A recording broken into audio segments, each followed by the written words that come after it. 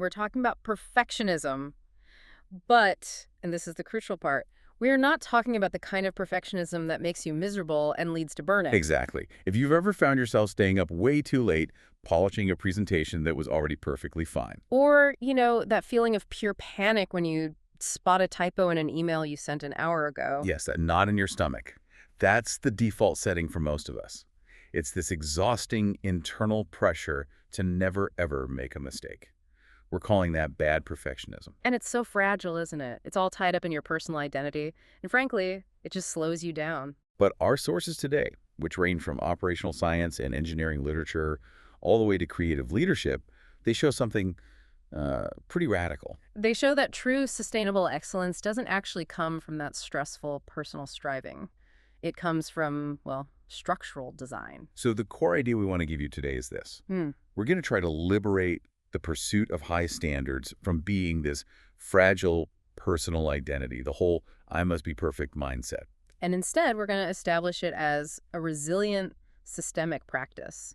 The idea is that the process must be perfectible, not the person. We're going to guide you through the operating manuals of some of the most demanding organizations on the planet. We'll be looking at the factory floors of Toyota, the engineering rooms at Google, the super creative world of Pixar, and even the high-stakes environment of a Johns Hopkins ICU. And these are not places that tolerate mediocrity. They absolutely demand excellence, but they get there by doing things like budgeting for failure, defining what's abnormal with, like, clinical precision. And inviting public critique, not as an attack, but as a core mechanism for improvement. So by the time we finish this deep dive, you're going to have 5 tangible blueprints for achieving incredibly high standards without all that emotional panic that usually comes with it. This is all about shifting the burden of quality from your nervous system to the systems you design. So shall we unpack it? Let's do it. Let's start where modern process perfection, you could argue, really began. On the factory floor. Our journey starts in Toyota City, Japan. The year is 1965. Toyota has just opened its Kamigo plant, which was meant to be this flagship facility for producing engines. And you have to picture it. This is the era of the big assembly line. But the work is still very human. You have highly trained workers doing critical tasks, tightening fasteners, checking fittings, aligning parts. And this is where the human element is just so crucial. An experienced worker might notice a subtle vibration that a machine wouldn't. Or they'd feel a fastener that, on paper was within tolerance, but it just didn't feel right to the touch. They had this intuition that something was slightly off, even if it wasn't a total failure yet. And this really highlights the industrial default at the time. I mean, what was the rule in basically every factory in the world? Keep moving. The line must not stop. Throughput is king. If you see a small flaw, maybe you tag it, maybe you write it down.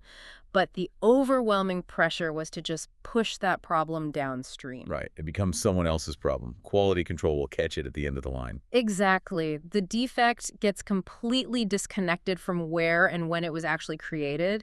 But Toyota was building a totally different culture. They figured something out, didn't they? They did. They realized that defects get exponentially more expensive the further they travel. A problem that costs, say, 50 cents to fix right there on the engine block. Is going to cost $50 once that engine is installed in the car. And maybe $50,000 once it reaches a customer and creates a brand crisis. The math is brutal. So this realization led them to implement something called the Andon system in 1966. What exactly was that? Andon just means lantern or a problem notification device. They installed these physical systems, often literally a cord a worker could pull or a button they could press. And what happened when they pulled it? It triggered visible lights and sound alerts. It instantly made the issue visible to supervisors, and crucially, it showed exactly where on the line the problem was. So the lights are the hardware, but what's the philosophy behind it? The philosophy is Jidoka. It's a core Toyota concept, often translated as automation, so automation with a human touch. Meaning? Meaning the process has the ability to stop itself the moment an abnormality is detected. The sources are really clear on this. When a worker pulls that cord, the line must pause. You do not let defects flow forward. And what I find so cool is that this idea didn't even start with cars. No, it started with looms. Sakichi Toyoda, the founder, designed these looms that would automatically stop the second a single thread broke. So it prevented flawed fabric right at the source. It stopped the waste of material, of time.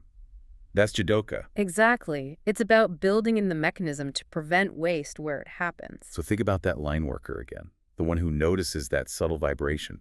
The pressure to just keep going is huge. That's the hinge moment we all need to understand. The system, the andon cord, it doesn't just give them permission to press the button. It makes it a requirement of their job. Their job description basically changed from keep producing to ensure quality at this station. Right. And when that cord is pulled, the line stops. The cost is immediate and visible to everyone. A supervisor immediately comes over to swarm the problem, but the gain is just profound. You catch the defect where it was born. Before it gets tangled up in a bunch of other complex systems. Taichi Ono, who is the architect of the whole Toyota production system, you really stress this. Jidoka shifts the whole focus from quantity to quality. And this is so key for anyone listening to get. The ability to stop is not an obstacle to speed. No, it's the mechanism for sustainable speed. If you don't build quality in from the start, you'll always be slow in the long run. You'll spend all your time on expensive repairs and recalls later. So let's make this really explicit. How does this Toyota system contrast with the painful kind of perfectionism most of us live with? Well, bad perfectionism is private. It's stressful. It's driven by ego. It's that voice in your head that says, I have to try harder so I don't make any mistakes or I'll look incompetent. And it relies completely on your own willpower, which is why it leads straight to burnout when you inevitably do slip up. Whereas good perfectionism, the Toyota way, is public. It's structural. It's even mandated. The rule is define abnormal, make it instantly visible, and stop everything until the root cause is fixed. The burden of quality literally moves from your own nervous system into the design of the process. Exactly. The Jidoka logic is this incredible blueprint for structural excellence. It starts with a radical assumption. Humans will make mistakes. Errors will happen. So the goal can't be zero human error. That's impossible. The goal has to be designing a system that makes detecting that error immediate and makes the response unavoidable. Okay, but let me push back a little here. In a factory, stopping the line is hard, but it's a clear physical thing. In an office, stopping the flow of work emails, code, reports is often seen as just getting in the way. That is the critical challenge, you're right. In a factory, the cost of the stop is easy to see. You can calculate it in minutes of lost production. But in knowledge work, the cost of not stopping is invisible until a huge crisis hits. Right, a data breach, a compliance failure, a massive bug in the product. Toyota's lesson is that the temporary visible cost of the stop is always, always less than the permanent hidden cost of letting a defect move forward. So the goal for you, the listener, isn't to be flawless. That's impossible. It's to achieve flawless detection and super fast correction. Yes, you're changing the game from chasing an impossible ideal to mastering an achievable practice of learning and quality control at the source. Okay, so let's make this practical. How do we install our own internal andon system in our daily work? Step one is the one everyone skips.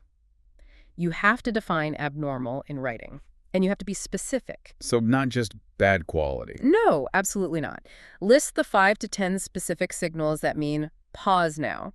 It could be an unclear requirement from a client, or data validation failing, or a design that doesn't meet an accessibility standard. If the signal isn't crystal clear, nobody will ever pull the cord. Okay, so once you've defined it, you need to install a visible signal. We don't have colored lights on a factory floor, but we have digital tools. Exactly. This could be a special Slack channel called, andon blocker, or a red flag that automatically gets applied to a ticket in your project management tool. It has to be visible, shared, and really hard to ignore. And then comes the enforcement. Then you enforce the swarm rule. When that signal goes off, a designated leader or owner has to drop what they're doing and respond within a set time, say 15 minutes. And here's the key. Work on that item does not resume until the problem is solved. And the fix can't just be a quick patch. No, you have to fix the cause, not just the moment. The required action after you solve the immediate issue is to find the root cause and implement one systemic fix that prevents it from happening again. So not just be more careful next time. Never. It's update the template or automate a pre-check. You fix the system, not the person. And finally, and this is huge, you must actively reward the stop. Publicly praise the person who raised the issue, even if it costs the team a day. Because if you punish the stop, even with a subtle eye roll, you've just killed your entire system. You've trained people to be silent. The lesson from Toyota is so clear. Quality isn't something you inspect at the end. It's something you build in every single step of the way. So the big maxim here is, excellence is what you refuse to pass forward. A powerful idea. Okay, let's move from the physical world of production to the wild west of digital infrastructure, where perfection demanded a different kind of control, a mathematical one. Let's talk about Google. We're shifting to Google in Mountain View around 2003. The company is in this period of explosive growth, and that growth is creating a tension that, frankly, every scaling company faces. It's a classic conflict. On one side, you've got the development teams. They're all about speed, new features, innovation. Their main metric is velocity. Ship it fast. And on the other side, you have the operations teams. Their job is stability, zero downtime, perfect reliability. So they're in this constant state of conflict. Dev thinks ops is too slow, and ops thinks dev is too reckless. It's a Cold War. And the traditional way to manage reliability was just reactive. An outage happens, everyone panics, they write up a new checklist, and the ops team adds more manual gates and processes. Which just makes the Cold War worse, right? Because then the developers just find creative ways to get around the bureaucracy. Exactly. The standard for perfection was based on fear and adding more and more manual caution. It wasn't working. So this is where a guy named Ben Trainer Sloss comes in. He was running Google's production operations, and he made a foundational change. He did.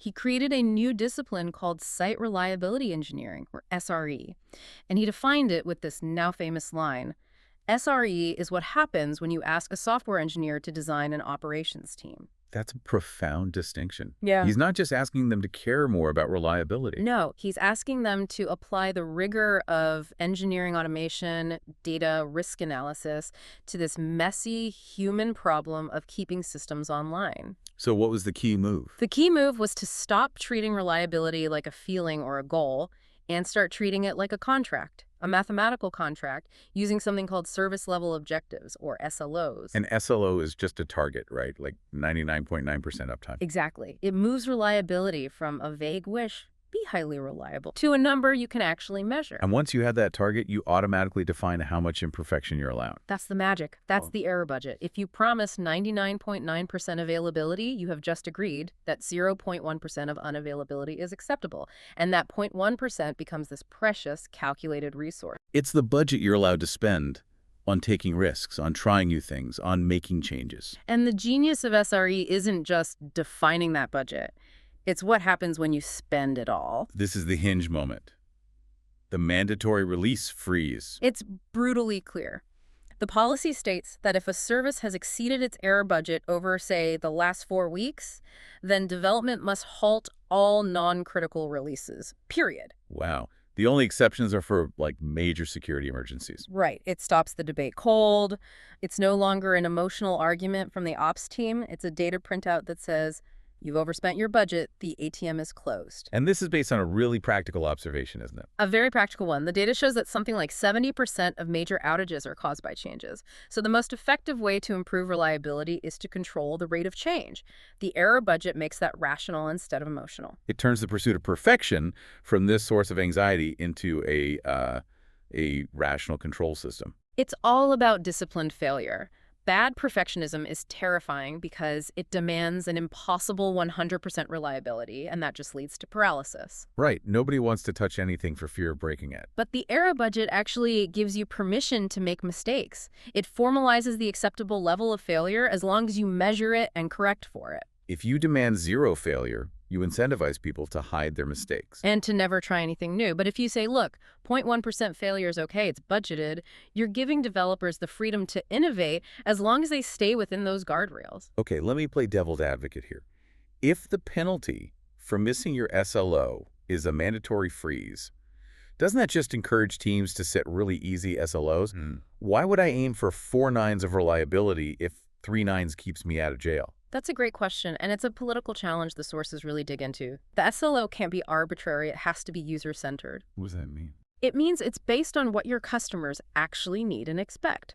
If your main competitor offers 99.9% availability, you can't just decide to offer 99.5% because it's easier for your engineers. You'll lose all your customers. So the standard isn't set by engineering comfort, it's set by the market. Precisely. Leadership has to hold the line on that.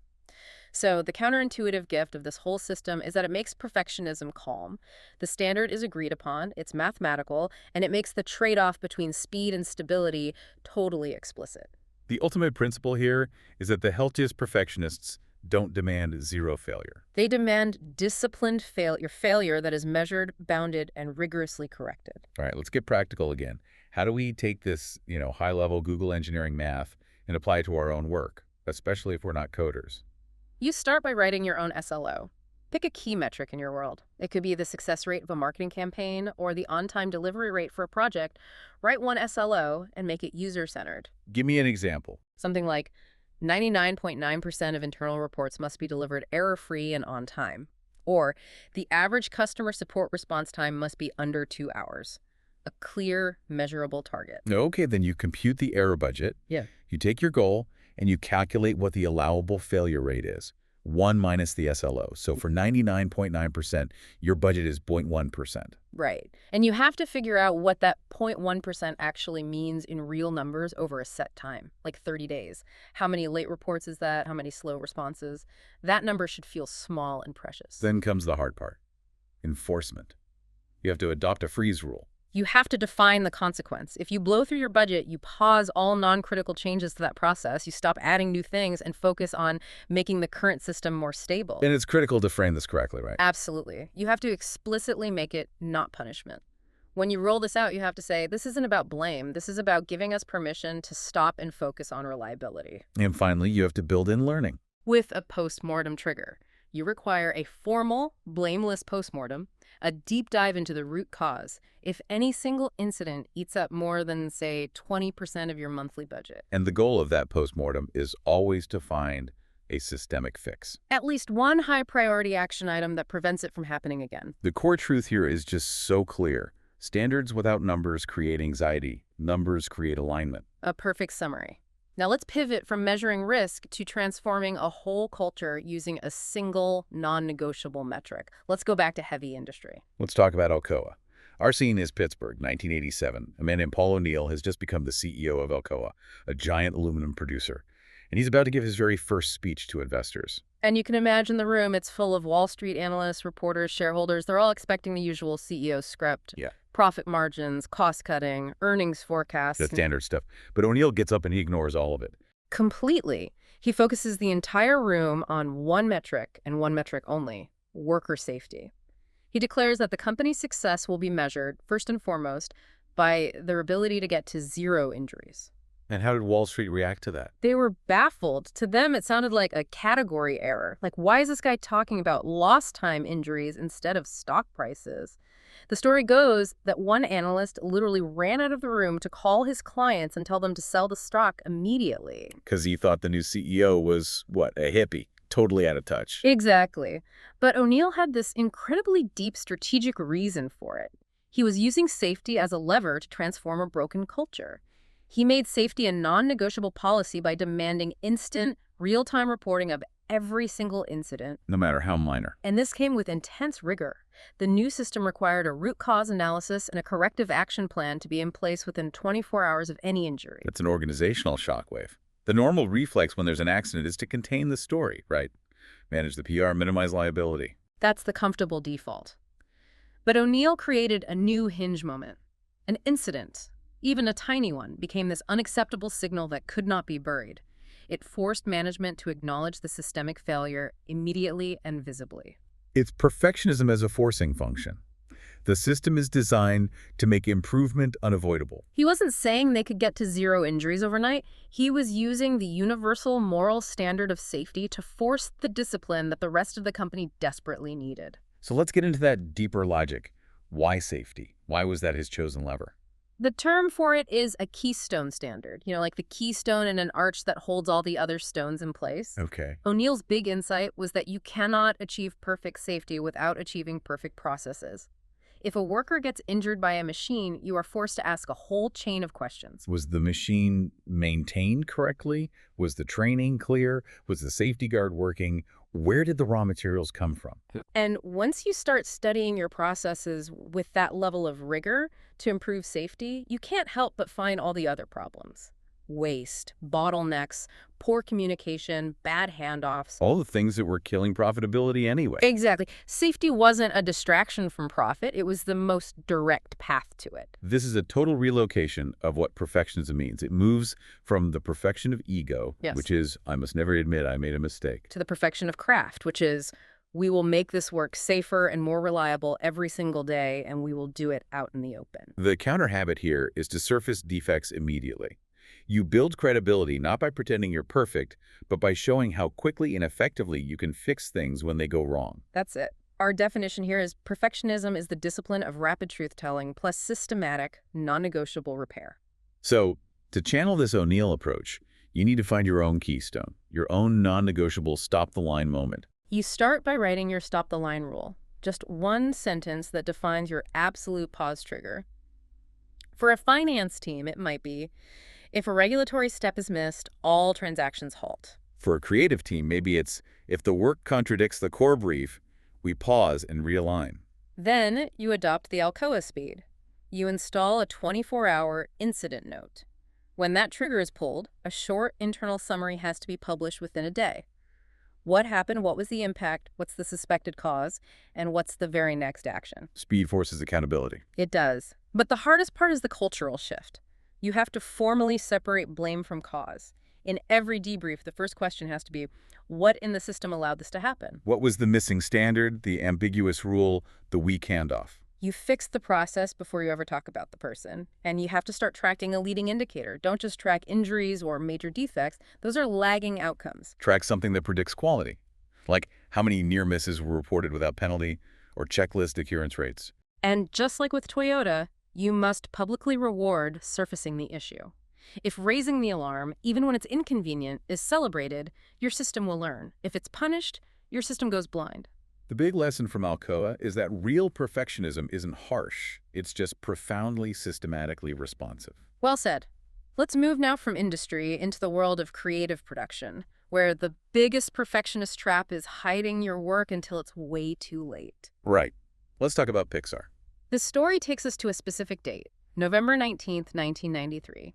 The Pixar team, under immense pressure, is screening the first rough reels of Toy Story for the Disney executives. And they're hoping for a great reaction. They're hoping for applause. Instead, what they got was silence, followed by a brutal critique that basically halted the entire project. The film was in serious trouble. The main character, Woody, was apparently a real jerk in the early version. Abrasive, manipulative, just deeply unlikable. Which completely undermines the entire story. So this screening became known inside Pixar as Black Friday, and the result was terrifying. Disney halted production. The whole future of the company was on the line. They were given 2 weeks. 2 weeks to prove the movie could work, or Disney would shut it down. And that pressure forces a choice. You can either defend your draft, get defensive. Or you can treat that harsh critique as life-saving information. And that's what they did. That was the hinge moment. They listened ruthlessly for what wasn't working. They didn't defend the old Woody. They immediately started rebuilding him into the character we know. They treated the critique like oxygen. Exactly. And this is the core insight for anyone doing creative work. Perfectionism goes wrong when it's a solo sport.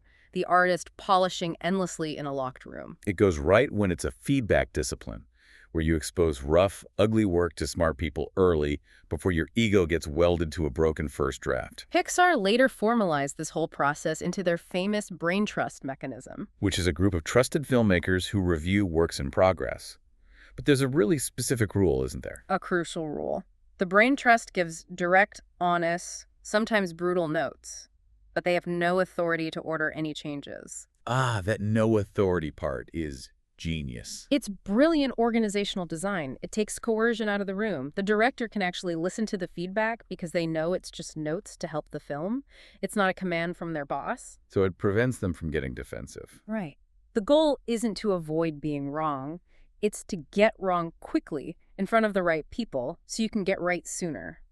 Hiding a flawed draft for months just guarantees the eventual fix will be 10 times more painful. The maxim from Pixar seems to be that perfection is a conversation, not a monologue.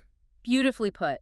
And we compare that idea of critique with the need for market proof by looking at Dropbox. Drew Houston, he is an engineer who is just personally frustrated by the nightmare of keeping files synced across different computers. And the hard part wasn't just building the tech, which was really complex. The hard part was convincing users and investors that it could even be done reliably. So the bad perfectionist impulse would be to spend 2 years in a basement perfecting the code, solving every possible edge case. Forever launching a product that you're not even sure anyone wants. A massive risk. But Houston understood that the biggest risk wasn't technical perfection, it was demand validation. So his minimum viable product, his MVP, wasn't a piece of code at all. It was a short, simple 3-minute demo video. It just showed what Dropbox would do. And he was really clever about where he shared it. Super clever. He didn't just put it on a generic website. He targeted the specific online communities where early adopters hung out, and he filled the video with little Easter eggs, inside jokes, and references that signaled, "I'm one of you." He wasn't selling a feature, he was showing he understood their pain. And the result was this immediate, undeniable signal. The beta waiting list just exploded. The sources say it jumped from around 5,000 people to 75,000, quote, literally overnight. And that validation, that surge of signups, that was the perfection he needed. That was it. It wasn't the absence of bugs, it was the certainty that the pain was real and his promise resonated. That gave the team the confidence to actually go and build the real thing. So the perfection target here gets totally redefined. It's not build a flawless product. No, it's achieve maximum learning per unit of time. Prove the core value as fast as you possibly can. The job of the early stage perfectionist is to define the embarrassment boundary. What can be imperfect right now without harming the core value? Exactly. For you listening, build a proof prototype. It could be a mock-up, a clickable demo, or a video like Dropbox. Design it to test one single metric, like waitlist signups. Get the proof, then polish. The lesson is so simple but so hard to follow. Polish after proof, never before. Let's bring it home with our final blueprint. In the environment where the stakes are arguably the highest of all. We're going to the intensive care unit, a place where competence is assumed, but where tiny human errors can be fatal. We're at Johns Hopkins Hospital in the early 2000s, and they had a problem with central line insertions. These are routine procedures where a catheter is put into a large vein. But they were causing high rates of preventable bloodstream infections. And the culture around it was, well, fatalistic. The attitude was just, infections are a part of life in the ICU. It happens. But this wasn't because the doctors were bad at their jobs. It was because even the best experts in the world are still human. They get distracted, they're under stress, and memory is fallible. A critical care physician there, Dr. Peter Pronovost, just rejected that fatalism. He saw the infections not as a personal failure of the doctors, but as a design flaw in the system itself. He understood you can't get reliable quality without consistency, and that consistency has to be externalized. So his intervention was shockingly simple. He created a short checklist for inserting a central line. Just 5 basic evidence-based steps that every doctor already knew. Things like washing your hands, cleaning the skin with a specific antiseptic, using full sterile barriers. The simple stuff. But here's the hinge moment. The checklist wasn't just a memory aid for the doctor. The nurses were required to observe and literally check off each step. So the nurse, often the most junior person in the room, was suddenly given the permission slip to enforce the standard. Yes. They were empowered by the protocol to speak up and say, "Doctor, we missed step 2 on the checklist." It protected the standard from the hierarchy in the room. That's a huge culture shift. Massive. And the results were stunning. When they scaled the system across ICUs in Michigan, the reported infection rates plummeted. This is perfectionism as the design of a reliable system that makes doing it right the easy, automatic default. The deep lesson here is about accepting our own cognitive limits. Our brains are amazing at creative problem solving. They are terrible at perfectly executing routine tasks under pressure. Absolutely. So the systemic solution is to stop trying to carry excellence around in your head, put it into the environment. A good checklist, the sources show, does 2 vital things. First, it shrinks variance. It ensures the critical steps happen every single time, no matter who is doing the task or how stressed they are. And second, it protects attention. By taking care of the basic memory work, it frees up the expert's brainpower to focus on the hard stuff judgment and dealing with unexpected complications. And there are different types, right? It's not one size fits all. Right. For a simple sequential task, you use a read-do checklist. Read step 1, do step 1, read step 2, do step 2. Like a pilot's pre-flight check. But for an expert, like a surgeon, you often use a do confirm checklist. The surgeon does their complex work, and then at a critical pause point, they confirm the vital steps were done, like confirming all sponges are accounted for before closing an incision. This just completely reframes the whole idea. Wrong perfectionism says, if I just try harder, I won't miss anything. And right perfectionism says, I know I will miss things, so I'm going to build guardrails into the process that will catch me. Okay, let's build some guardrails. What's the tactic? First, create a critical 5 checklist for one task in your life that you either over-polish or frequently mess up.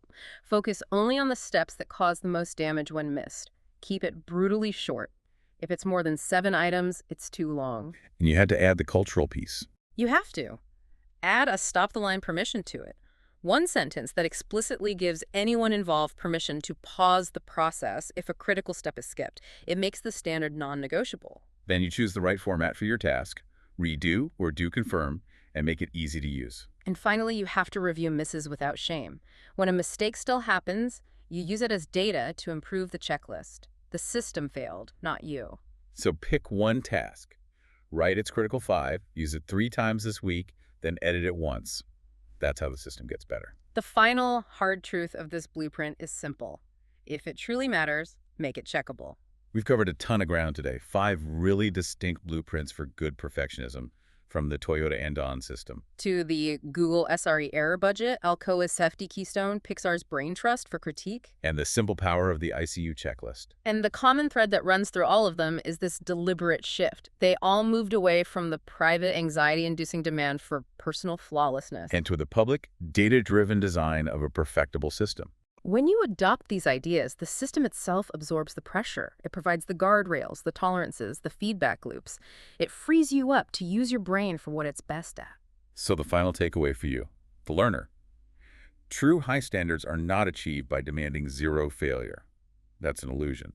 They're achieved by mastering the speed and rigor of correction. Excellence is a rapid, systematic, and public learning cycle. Which brings us to our final provocative thought for you to chew on this week. If your goal is truly excellence, you have to design your work to make your failures and your defects more visible, not less. So ask yourself this. What is the one crucial, maybe embarrassing part of your workflow that you are still hiding and polishing in private? When you should be dragging it out into the light, defining its abnormalities, and learning from it faster, that's the starting point for your next step toward real, resilient excellence.